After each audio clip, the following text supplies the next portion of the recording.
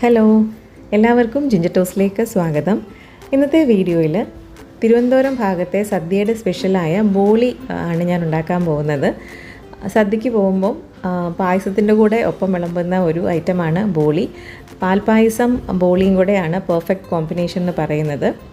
പാല് ചേർന്ന മറ്റേത് പായസമാണെങ്കിലും പാലട, സേമിയ പായസം ഒക്കെത്തിൻ്റെ കൂടെയും ബോളി വിളമ്പാറുണ്ട്. പായസത്തിൻ്റെ കൂടെ അല്ലാതെ വെറുതെ ഒരു സ്നാക്കായിട്ടാണെങ്കിലും നമുക്ക് ഇത് കഴിക്കാം. ഇതെങ്ങനെയാണ് ഉണ്ടാക്കുന്നതെന്ന് നോക്കാം. 1 കപ്പ് കടലപ്പരിപ്പാണ് ഞാൻ ഇതിനു വേണ്ടി എടുത്തേക്കുന്നത്.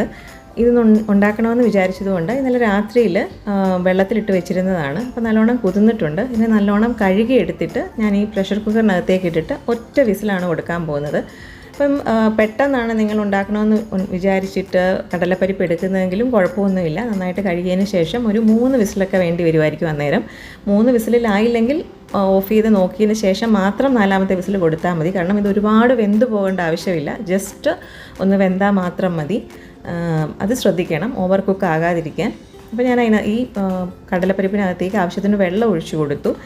എന്നിട്ട് നമുക്കിതിനെ അടച്ചു വെച്ച് ഒറ്റ വിസിൽ, കുതിർത്തതായതുകൊണ്ട് ഇതിനകത്തേക്ക് കുറച്ച് മഞ്ഞൾപ്പൊടിയും ഉപ്പും ഇടണം. ഒരു നുള്ളു ഉപ്പും ഒരു 1/4 ടീസ്പൂൺ മഞ്ഞൾപ്പൊടിയും കൂടെ ഇട്ടിട്ട് വേണം ഇത് വേവിക്കാൻ. അത് ഞാൻ കാണിക്കാൻ മറന്നുപോയി. ഇനി 1 കപ്പ് മൈദ എടുത്തിട്ട് ഒരു പാത്രത്തിനകത്തേക്ക് ഇടുക. അതിനകത്തേക്ക് ഒരു 1/4 ടീസ്പൂൺ ഉപ്പും 1/4 ടീസ്പൂൺ മഞ്ഞൾപ്പൊടിയും കൂടെ ഇട്ട് കൊടുത്തിട്ട് വെള്ളം ചേർത്ത് കുറേശ്ശെ ഇതിനെ കുഴച്ചെടുക്കണം. ചപ്പാത്തിയുടെ മാവ് കുഴയ്ക്കുന്നതിനേക്കാളും കുറച്ചുകൂടെ സോഫ്റ്റായിട്ട് വേണം ഇത് കുഴച്ചെടുക്കാനായിട്ട്. മൈദ തന്നെ ഇതിന് ഉപയോഗിക്കുകയും വേണം. വെള്ളം ഒഴിച്ചു കൊടുക്കുമ്പം നമ്മൾ ശ്രദ്ധിക്കണം, കുറച്ച് കൂടിപ്പോകരുത്. കുറച്ച് വീതം മാത്രമേ ഒഴിക്കാവൂ. കൂടിപ്പോയാൽ ബാറ്റർ അങ്ങ് ലൂസായി പോവും. ബാറ്ററല്ല, മാവ് അങ്ങ് ലൂസായി പോകും. പിന്നെ അപ്പോൾ പൊടിയൊക്കെ ഇട്ട് കൊടുക്കേണ്ടി വരും. അപ്പം കുറച്ച് വീതം ഒഴിച്ചു കൊടുത്ത് കുഴയ്ക്കുക. ഇനി ഞാൻ ഇതിനകത്തേക്ക് ഒരു 2 ടീസ്പൂൺ നല്ലെണ്ണ ഒഴിച്ചു കൊടുത്തിട്ടുണ്ട്. നല്ലെണ്ണ എന്ന് പറഞ്ഞാൽ എള്ളെണ്ണ, ജിഞ്ചില്ലി ഓയിൽ, അത് കൂടെ ഒഴിച്ചു കൊടുത്ത് ഈ മാവിനെ നല്ലോണം ഒന്ന് കുഴയ്ക്കുന്നുണ്ട്. അതായത് മാവ് സോഫ്റ്റ് ആകാൻ വേണ്ടിയിട്ടാണ്. എത്രത്തോളം മാവ് സോഫ്റ്റ് ആകുന്നു അത്രയും നല്ലത്.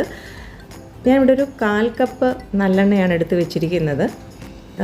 ഇനി നമുക്ക് ഈ 1/4 കപ്പ് എണ്ണ മുഴുവൻ ഇതിൻ്റെ പുറത്തേക്ക് ഒഴിച്ചു കൊടുക്കാം. ഈ സ്റ്റെപ്പ് മിസ് ചെയ്യരുത്. ഇതുപോലെ തന്നെ ചെയ്യണം, എങ്കിലേ ആ മാവ് സോഫ്റ്റായിട്ട് വരത്തുള്ളൂ. ഇത്രയും എണ്ണ മുഴുവൻ ഉപയോഗിക്കണമെന്നുമില്ല.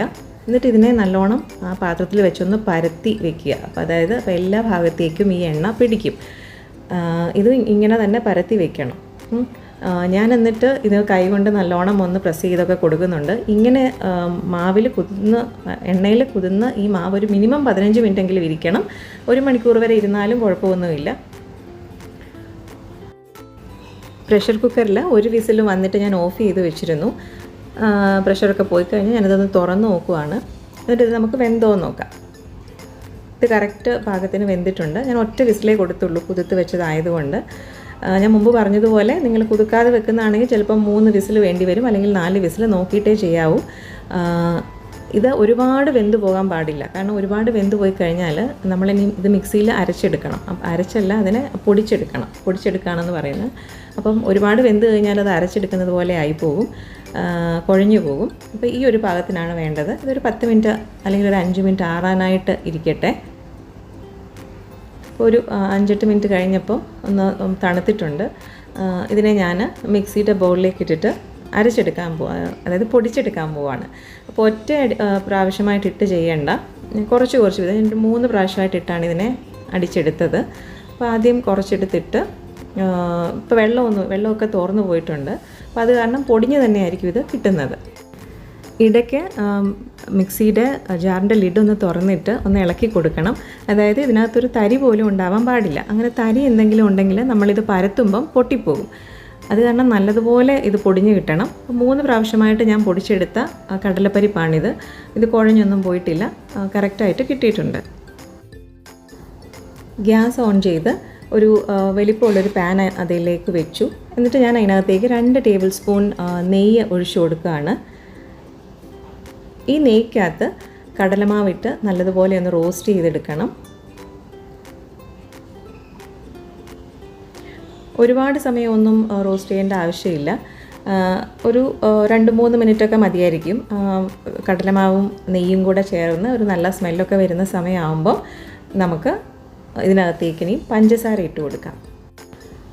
1 കപ്പ് പഞ്ചസാരയാണ് ഞാൻ എടുത്തേക്കുന്നത്. അതായത് 1 കപ്പ് കടലപ്പരിപ്പ്, 1 കപ്പ് മൈദ, 1 കപ്പ് പഞ്ചസാര. പഞ്ചസാരയുടെ അളവ് കറക്റ്റാണ്. ഇത് മധുരം ഒരുപാട് കൂടുതലൊന്നുമല്ല. ഇനി നിങ്ങൾക്ക് ഉണ്ടാക്കുമ്പം കുറയ്ക്കണമെന്ന് തോന്നിയാൽ തന്നെ 1 ടേബിൾ സ്പൂൺ വെള്ളം കുറച്ചാൽ മതി.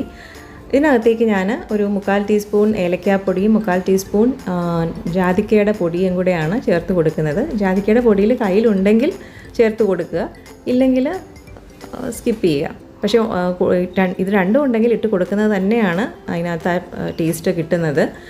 ഏലക്കാപ്പൊടി പിന്നെ എല്ലാവരുടെയും കൈ കാണും. ജാതിക്കായുടെ പുറത്തെ ഷെല്ല് പൊട്ടിച്ച് കളയുമ്പം കിട്ടുന്ന ഈ സാധനമാണ് നമുക്ക് പൊടിച്ചെടുക്കേണ്ടത്. ഇത് മിക്സിയിൽ വെച്ച് പൊടിച്ചെടുക്കാം, അല്ലെങ്കിൽ കല്ലിൽ വെച്ച് പൊടിച്ചെടുക്കാം. പഞ്ചസാര ഇപ്പം നല്ലതുപോലെ അലിഞ്ഞിട്ടുണ്ട്. പഞ്ചസാരയും ജാതിക്കയുടെ പൊടിയും ഏലക്കാപ്പൊടിയും എല്ലാം ഇതിനകത്തേക്ക് നന്നായിട്ട് മിക്സ് ചെയ്തൊരു നനവൊക്കെ വന്നിരിക്കുകയാണ്. ഈ സമയത്ത് നമുക്കിതിനെ ഓഫ് ചെയ്ത് വയ്ക്കാം. ഒരുപാട് നേരം ഇരുന്ന് ഇതിനെ മിക്സ് ചെയ്യരുത്, ഇത് ഡ്രൈ ആയി പോകും. ഒരു 2-3 മിനിറ്റ് മതിയാകും പഞ്ചസാര അലിയുന്നിടം വരെ. അപ്പോൾ എൻ്റെ കയ്യിലിരുന്നത് നല്ല ഫൈനായിട്ടുള്ള പഞ്ചസാരയാണ്. അപ്പോൾ നിങ്ങളുടെ കയ്യിൽ അത്ര ഫൈനായിട്ടുള്ളതല്ലെങ്കിൽ ആ പഞ്ചസാരയൊന്ന് മിക്സിയിൽ അടിച്ചിട്ട് ഇതിനകത്തേക്ക് മിക്സ് ചെയ്യാനായിട്ട് വെക്കാവൂ. ഇനി ഇതൊരു 1-2 മിനിറ്റ് തണുക്കാൻ വെച്ചതിന് ശേഷം നമുക്ക് ഉരുളകളാക്കാം. ഒരുപാട് സമയവും തണുക്കാനായിട്ട് വെക്കരുത്, പെട്ടെന്ന് തന്നെ ഉരുളകളാക്കുന്നതായിരിക്കും നല്ലത്. അല്ലെങ്കിൽ നമ്മൾ പരത്തുമ്പം പൊട്ടിപ്പോവും. ഈ ഒരു വലിപ്പത്തിൽ എനിക്ക് 23 ഉരുളകൾ കിട്ടിയിട്ടുണ്ട്. കുറച്ചുകൂടെ വലിപ്പത്തിൽ നിങ്ങൾ എടുക്കുകയാണെങ്കിൽ ഒരു 18-20 ബോൾസൊക്കെ കിട്ടും. ഇനി ഞാൻ ഈ മൈദ മാവ് എടുക്കുകയാണ്. അതിനകത്തുനിന്ന് എണ്ണ അങ്ങ് നമുക്ക് ഊറ്റി മാറ്റാം. എന്നിട്ട് ബാക്കിയിരിക്കുന്ന മാവ് ഒന്നുകൂടെയൊക്കെ ഒന്ന് കൈകൊണ്ട് നന്നായിട്ടൊന്ന് കുഴച്ച് ഒന്ന് സോഫ്റ്റ് ആക്കുക. മാവ് നല്ല സോഫ്റ്റായിട്ടാണ് ഇരിക്കുന്നത്. ഇതുകൊണ്ട് ഇങ്ങനെ വലിഞ്ഞു വരും. ഞാൻ ഇതിനെ മുറിച്ചിടുകയാണ് ഇനി എടുക്കാനുള്ള സൗകര്യത്തിനായിട്ട്. ഈ മാവിൻ്റെ ഉരുള എന്ന് പറയുന്നത് കടലപ്പരിപ്പിൻ്റെ ഉരുളകളെക്കാളും കുറച്ചുകൂടെ ചെറുതായിരിക്കണം. ഇതൊരു കോട്ടിംഗ് മാത്രമായിട്ടാണ് നമ്മൾ യൂസ് ചെയ്യാൻ പോകുന്നത്. ഇനി ഞാൻ ഇതിനകത്തുനിന്ന് ഒരു ഉരുള എടുത്തു. കടലമാവിൻ്റെ കയ്യിൽ കുറച്ച് എണ്ണ തേക്കണം. എണ്ണ ഉണ്ടെങ്കിലേ നമുക്കിത് പരത്താനായിട്ട് എളുപ്പമാകത്തുള്ളൂ. എന്നിട്ട് ഇതേപോലെ മറ്റേ കൈ കൊണ്ട് ഇങ്ങനെ പ്രസ് ചെയ്ത് വലിച്ചു നീട്ടുക. ഇത് ചപ്പാത്തി പലകയിലൊന്നും വെച്ച് പരത്താൻ പറ്റത്തില്ല. ഇങ്ങനെ ഇതിനെ പരത്തി അതിന് ശേഷം അതിനകത്തേക്കൊരു ചന്ന ബോളിൻ്റെ ഉരുള വെച്ചിട്ട് 4 വശത്തുനിന്നും മുകളിലേക്ക് കൊണ്ടുവന്നിട്ട് ആ മേളിലുള്ള എക്സ്ട്രാ പോർഷൻ നമുക്ക് മുറിച്ച് മാറ്റാം. അതായത് ഈ കടലപ്പരിപ്പിന് ചുറ്റും ഒരു തിന്നായിട്ടുള്ളൊരു കോട്ടിങ് മാത്രം മതി മൈദയുടെ. ഒരുപാട് മൈദ ഇതിനകത്ത് ആവശ്യമില്ല. അങ്ങനെ ഉണ്ടെങ്കിൽ അതിൻ്റെ ടേസ്റ്റ് തന്നെ മാറിപ്പോവും. അപ്പോൾ നമുക്ക് നല്ല എക്സ്പീരിയൻസ് ഒക്കെ ആകുമ്പം വളരെ തിന്നായിട്ടിത് എടുക്കാൻ പറ്റും. എന്നിട്ട് മറ്റേ കൈ കൊണ്ട് ഒന്ന് പ്രസ് ചെയ്ത് ഇത് പൊട്ടിപ്പോകത്തില്ല, കാരണം അകത്തിരിക്കുന്നതും വളരെ സോഫ്റ്റാണ്. അതുകൊണ്ടാണ് ഞാൻ പറഞ്ഞത്, അകത്ത് പരിപ്പ് ഒരുപാട് നേരം നമ്മൾ തണുക്കാനും ഒക്കെ വെച്ച് കഴിഞ്ഞാൽ അത് ഡ്രൈ ആയി കഴിഞ്ഞാൽ ഇങ്ങനെ നമുക്ക് എടുക്കാൻ പറ്റത്തില്ല, അത് പൊട്ടിപ്പോവും. ഇതേപോലെ ഞാൻ അടുത്തതും ചെയ്യാണ്. ഒരു ചെറിയ ബോൾ എടുക്കുക, എന്നിട്ട് അതിങ്ങനെ കൈകൊണ്ട് നമ്മൾ തൊടുമ്പം തന്നെ, കാരണം ഇത് എണ്ണയിൽ ഒരുപാട് സമയം കുതിർന്ന് കിടന്നത് കാരണം പെട്ടെന്ന് തന്നെ ഇതിങ്ങനെ 4 വശത്തേക്കും പരന്നു വരും. എന്നിട്ട് നടുക്ക് കടലമാവ് വയ്ക്കുക. എന്നിട്ട് 4 വശത്തുനിന്നും കൊണ്ടുവന്നിട്ട് മുകളിലെ ഭാഗം നമ്മളിങ്ങനെ ഒരു കിഴി പോലെ കെട്ടി ആ എക്സ്ട്രാ വരുന്ന മൈദയുടെ പോർഷൻ നമുക്ക് മുറിച്ച് കളയാം. എന്നിട്ട് എവിടെയെങ്കിലും പൊട്ടിപ്പോയിട്ടുണ്ടെങ്കിൽ അല്ലെങ്കിൽ വിട്ടുപോയിട്ടുണ്ടെങ്കിൽ ആ ഭാഗം കൈകൊണ്ട് തന്നെ നമുക്കിങ്ങനെ ഒന്ന് അഡ്ജസ്റ്റ് ചെയ്ത് ശരിയാക്കാം. എന്നിട്ട് ആ മുകൾ ഭാഗത്ത് വേണം, അതായത് കിഴി കൊണ്ടുവന്ന ആ മുകൾ ഭാഗം വേണം നമ്മൾ കൈ കൊണ്ടൊന്ന് പ്രസ് ചെയ്ത് പരത്താനായിട്ട്. ഒരുപാട് ആഞ്ഞ് പ്രസ് ചെയ്യരുത്, സൂക്ഷിച്ച് വളരെ പതുക്കെ വേണം ഇത് ചെയ്യാനായിട്ട്. ഇങ്ങനെ ബാക്കിയുള്ളത് ഉണ്ടാക്കി വെച്ചിട്ടുണ്ട്. ഞാനിതിനെ പരത്താൻ പോവാണ്. അപ്പോൾ പരത്താനായിട്ട് ഞാൻ അരിപ്പൊടിയാണ് യൂസ് ചെയ്യുന്നത്, ഇടിയപ്പത്തിൻ്റെ പൊടി. എന്നിട്ട് ഈ മാവിനെ അതിനകത്ത് നന്നായിട്ടൊന്ന് മുക്കിയതിന് ശേഷം വേണം പരത്താൻ, അല്ലെങ്കിൽ ഇത് പെട്ടെന്ന് പൊട്ടിപ്പോവും. എപ്പോഴൊക്കെ നിങ്ങൾക്ക് പൊട്ടിപ്പോകുന്നെന്ന് സംശയം തോന്നുന്നു അപ്പോഴൊക്കെ കുറച്ച് അരിപ്പൊടി മേളിക്കൂടെ ഒന്ന് സ്പ്രിങ്കിൾ ചെയ്ത് കൊടുക്കുക. എന്നിട്ട് വളരെ സൂക്ഷിച്ച് വേണം ഇത് തിരിച്ചും മറിച്ചും ഇടാനൊക്കെ. അത്രയ്ക്ക് സോഫ്റ്റാണിത്. അതേപോലെ ചപ്പാത്തി പരത്തുമ്പോൾ നമ്മൾ കൊടുക്കുന്നൊരു ഫോഴ്സ് ഇല്ലേ, അത്രയും കൊടുക്കരുത്. അറിയാതെ ശരിക്കും പറഞ്ഞാൽ ആദ്യത്തേതൊക്കെ ചെയ്യുമ്പോൾ നമ്മളങ്ങ് ഒരു ഫോഴ്സ് കൊടുക്കും, അങ്ങനെ ചെയ്യാൻ പാടില്ല. വളരെ പതുക്കെ വേണം ഇതിനെ പ്രസ് ചെയ്യാനായിട്ട്. അതുപോലെ സൈഡുമൊക്കെ തിന്നാക്കണം. അരിപ്പൊടി വിതറുന്നത് കുഴപ്പമൊന്നുമില്ല, പിന്നെ നമുക്കതിനെ തട്ടിക്കളയാം. എന്ന് പറഞ്ഞാൽ ഒരുപാട് പൊടിയെടുത്തും സ്പ്രിങ്കിൾ ചെയ്യേണ്ട കാര്യമൊന്നുമില്ല. അപ്പോൾ ആദ്യത്തേത് റെഡിയായി വന്നിട്ടുണ്ട്. ബാക്കി പൊടിയൊക്കെ തട്ടിക്കളഞ്ഞു. ഇതേപോലെ നമുക്ക് ബാക്കിയുള്ളതും പരത്തിയെടുക്കാം. ഇത്രയും ബോളിയുടെ ആവശ്യമില്ല എന്നുണ്ടെങ്കിൽ ഈ ഇൻഗ്രീഡിയൻസിനെ എല്ലാം ഹാഫ് ആക്കിയാൽ മതി. 1/2 കപ്പ് പഞ്ചസാര, 1/2 കപ്പ് മേദ, 1/2 കപ്പ് കടലപ്പരിപ്പ്, അതേപോലെ 1/2 ടീസ്പൂൺ ജാതിക്കാപ്പൊടി, 1/2 ടീസ്പൂൺ ഏലക്കാപ്പൊടി. ഇതെല്ലാം ഓർക്കാനും എളുപ്പമുണ്ട്. പിന്നെ ഇത് ഉണ്ടാക്കുമ്പം ആരെങ്കിലും നമ്മളെ സഹായിക്കാനും കൂടെ ഉണ്ടെങ്കിൽ പെട്ടെന്ന് പണി കഴിയും. അതായത് ഒരാൾ പരത്തിക്കൊണ്ടിരിക്കുമ്പം മറ്റേ ആൾ കടലപ്പരിപ്പിൽ ഈ മൈദയുടെ കോട്ടിങ് വെച്ച് തരുവാണെങ്കിൽ ഒരുപാട് നേരം നിൽക്കേണ്ടിയും വരത്തില്ല. പിന്നെ നമ്മളിത് ചുട്ടെടുക്കുമ്പം 2 പാൻ സ്റ്റോവിൽ വെക്കുക. അപ്പോൾ ഒരേ സമയം തന്നെ രണ്ടും ചുട്ടെടുത്ത് തീരുകയും ചെയ്യും. ഇപ്പോൾ അങ്ങനെ ബാക്കിയുള്ളതെല്ലാം ഞാൻ പരത്തി കഴിഞ്ഞു. 23 ബോളി കിട്ടിയിട്ടുണ്ട്. അപ്പോൾ നമുക്കിനി ഓരോന്നായിട്ട് ചുട്ടെടുക്കാം. ഒരു പാൻ ഞാൻ അടുപ്പത്ത് വെച്ചു.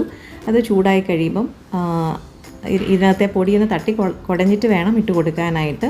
അതുപോലെ തീയാണെങ്കിലും തീരെ സിമ്മിലും വെക്കേണ്ട, മീഡിയത്തിലും വെക്കേണ്ട, അതിൻ്റെ ഒരു ഇടയിൽ തീ വേണം. പക്ഷേ ഒരുപാട് തീയായി കഴിഞ്ഞാൽ ഇത് മൂത്ത് പോകും, അതിൻ്റെ ആവശ്യമില്ല. അപ്പോൾ ഒരു സൈഡൊന്ന് മൂക്കുമ്പം നമുക്ക് തിരിച്ചിട്ട് കൊടുത്തു. ചപ്പാത്തി ഇട്ട് ചുടുന്നത് പോലെ ഒരുപാട് സമയമൊന്നും ഇടേണ്ട, ഇത് ഓൾറെഡി കുക്ക് ചെയ്ത സാധനമാണല്ലോ. ഇത് തിരിച്ചിട്ടിട്ട് ഒരു സൈഡിൽ നെയ്യ് തൂത്ത് കൊടുത്തു, ഒരു ബ്രഷ് ഇട്ടിട്ട് തിരിച്ചിട്ടിട്ട് അപ്പുറത്തെ സൈഡിൽ കൂടെ നമുക്ക് നെയ്യൊന്ന് തേച്ച് കൊടുക്കാം. തിരിച്ചൊക്കെ ഇടുമ്പോൾ സൂക്ഷിക്കണം, ഒരുപാട് ഫോഴ്സിലൊക്കെ ചെയ്താൽ പൊട്ടിപ്പോകും. ഇനി നമുക്കിതിനെ എടുക്കാം. ഇങ്ങനെ അടുത്തതും ഇതുപോലെ ഇട്ട് കൊടുക്കുക. അപ്പോൾ ഇട്ട് കൊടുക്കുന്നതിന് മുമ്പ് ഈ പാൻ ഒന്ന് ഒരു ടിഷ്യൂ വെച്ചിട്ടൊന്ന് തുടച്ചു കൊടുക്കുക. കാരണം ഇതിൽ എന്തൊക്കെയായാലും കുറച്ച് അരിപ്പൊടി കാണും. അപ്പോൾ അടുത്തതിൽ അത് വരാതിരിക്കാൻ വേണ്ടിയിട്ടാണ് ഞാനിങ്ങനെ പാനൊന്ന് തുടച്ചു കൊടുക്കുന്നത്. ഇടുന്നതിന് മുമ്പ് ഇതിനകത്തെ അരിപ്പൊടിയും ഒന്ന് തട്ടിക്കളയണം.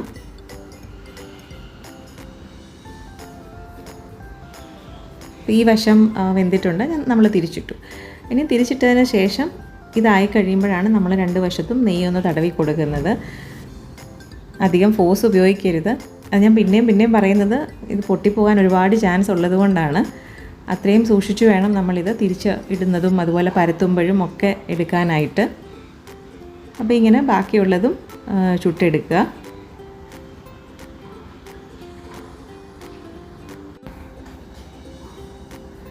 അങ്ങനെ നമ്മൾ ബോളിയെല്ലാം ചുട്ട് കഴിഞ്ഞു. നോക്കിക്കേ, നല്ല തിന്നായിട്ട് വന്നിട്ടുണ്ട്.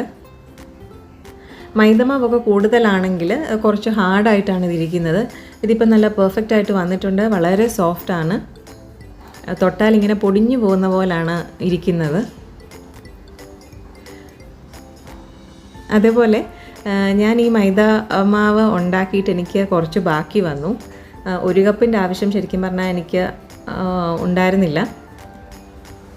ഇത് ആദ്യം ഒക്കെ ഉണ്ടാക്കുമ്പോൾ നമുക്ക് ചിലപ്പം ഇത്രയും തന്നെ വേണ്ടി വരും. പക്ഷേ കുറച്ച് ഉണ്ടാക്കി എക്സ്പീരിയൻസ് ആകുമ്പം ഇത്രയും മൈദയുടെ ഒന്നും ആവശ്യം വരത്തില്ല.